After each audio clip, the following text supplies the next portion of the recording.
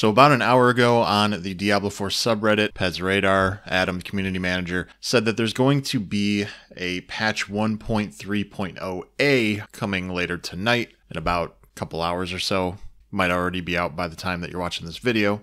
And I already looked at the patch notes. Mostly it looks like just a huge quality of life update. So a lot of things that people have been complaining about for the last couple days. My last video was just a huge parody on that, about rambling on for 30 minutes, 20 minutes about how D4 is the worst game ever made. And they left little developer notes. We'll just go over these. So talking about the Pearls of Warding and how people are saving up their Pearls of Warding because they want to fight Echo of Malphas, because the only way to get this 2 Ultra Uber tuning stones is to fight the Echo of Malphas. So people are just saving up their Pearls. That way they can fight him over and over again, hopefully getting the drop for these tuning stones. So instead, what they're going to do is they're going to create a new material called Igneous cores, and this will be used just to fight Malphas. So there'll be 2 different materials now. The Pearls of Warding will be for getting the ward woven chests, and now these Igneous cores are going to be used for summoning the Echo of Malphas. Definitely a good update that they're separating the 2, as well as creating the new material. They're going to be increasing the drop rate of those unique stones from 0.25% to 0.5%, and then the stones have a 3% chance of dropping from the chest after the boss.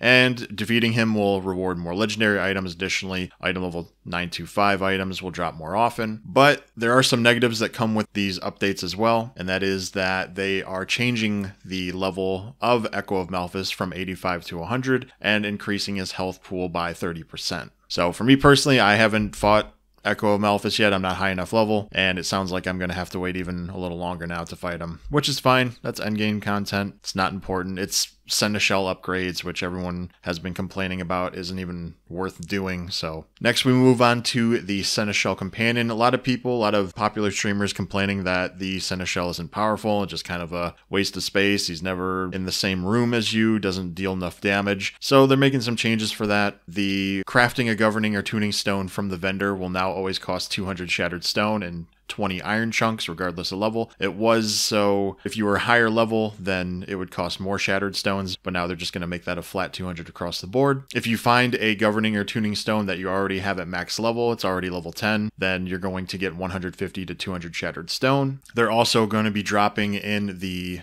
Whispers, so when you do the Grim Favors, Tree of Whispers, you're going to get a couple governing and tuning stones in there. When the Son of Malphas pops up, he pops up randomly and deals a boatload of damage. He's going to be dropping 2 to 3 governing and tuning stones. The stones awarded from the stone caches have been increased from 1 to 2 stones, and the experience, it's not going to take as long to update these tuning stones. So the governing stones aren't too bad upgrading because you just do the arcane tremors with a bunch of people. Everyone drops in their materials and you just go over and over killing all these enemies. The tuning stones have been pretty difficult because there are a lot more of them, and it's a lot longer. It takes a lot longer to complete these vaults. So for me, I think I have a couple level 3s, a couple level 2s, and then everything else is just level 1. So definitely a good upgrade. They're going to make that so it's not as hard to get to level 10, and especially because if you want to create that alternate character, you're going to have to redo this whole thing anyway, and it just really sounds like a pain. Moving on to the Vaults and Arcane Tremors, a lot of these are going to be helping people who aren't quite as fast or as agile with the mouse and keyboard or controller as other players. First thing here is consuming a Pearl of Warding at a statue of Zoltan now grants 10 stacks of warding instead of 3. This is a huge buff. So normally when I would go through a dungeon, I would hit it about 5 or 6 times to get 15 or 18 stacks. That way you can unlock in tier 4. So you can unlock the 10 cost chest, 4 cost chest, and the 1 cost chest. Now that you're getting 10 per warding, that's pretty crazy. It's only gonna really only need 2, maybe 3 blessings from Zoltan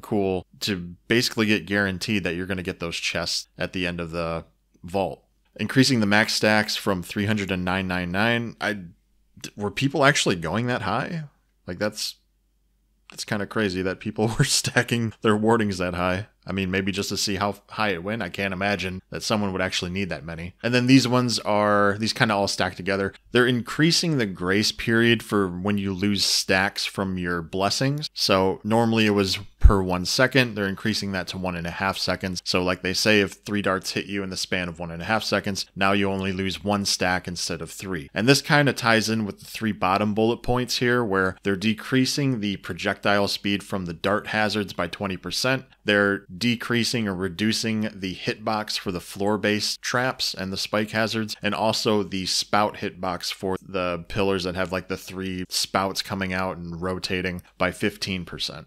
Probably one of my favorite things I've read so far is getting rid of the knockback from the obelisk hazards. Specifically when you're doing the fireball ones and you are just spamming your dash to get in there to try to close the obelisk, doing that over and over. The ice one wasn't so bad, and I don't even remember what the lightning one was, but mostly that fireball one was just, it's not like it was difficult or anything, but it was just a time waster, wasting a couple seconds trying to get in there until you could finally get the second channel to close it. And then finally, some bug fixes. The biggest one here being the brazier that couldn't be interacted with. I made a video of this a couple days ago talking about how you had to do all this goofy stuff, turn off crossplay, teleport here, teleport back, change world here, change it back, come back here and see if it would work for you. Hopefully that's fixed for everybody now, because that was just an annoying bug that just a literal time waster. Stability and performance improvements. So it looks like just a huge quality of life update, so not complaining about it, and it just keeps proving that the more people complain and